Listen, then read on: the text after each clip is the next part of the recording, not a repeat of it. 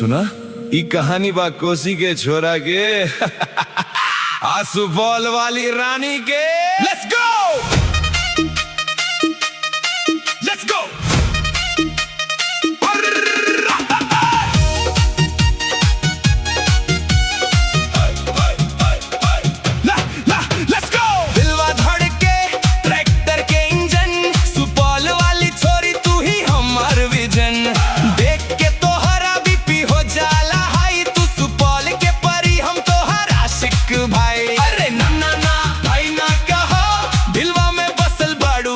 प्यार कर सुपौल वाली तूने दिलवा कैलू चोरी तो है अदाओं के हम बन गई नी चकोरी। सुपौल वाली तू सबसे प्यारी तोहरा पे कुर्बान दुनिया ही हमारी।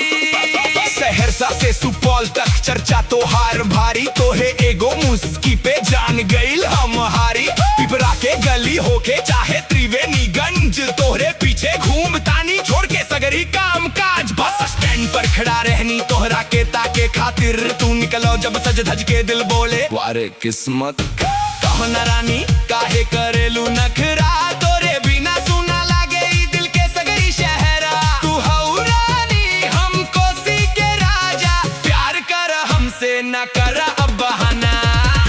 सुपौल वाली तूने दिलवा कैलू चोरी तोरे अदाओं के हम बन गई नी चकोरी। सुपौल वाली तू सबसे प्यारी तोहरा पे कुर्बान दुनिया ही हमारी। सुपौल वाली दिल ले गईलू हो। सुपौल वाली हमरा के पागल कैलू हो। सुपौल वाली हमरा के पागल कैलू हो।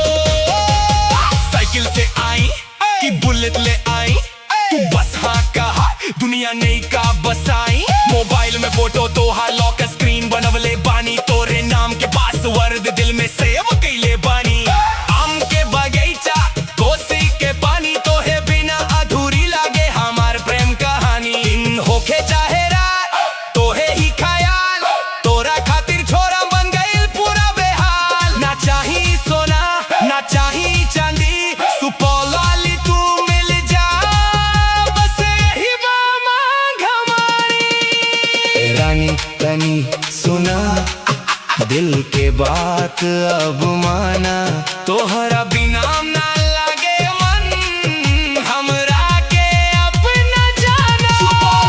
तूने दिलवा कैलू चोरी तोरे अदाओं के हम बन गई नी चकोरी। सुपौल वाली तू सबसे प्यारी तोहरा पे कुर्बान दुनिया ही हमारी। सुपौल वाली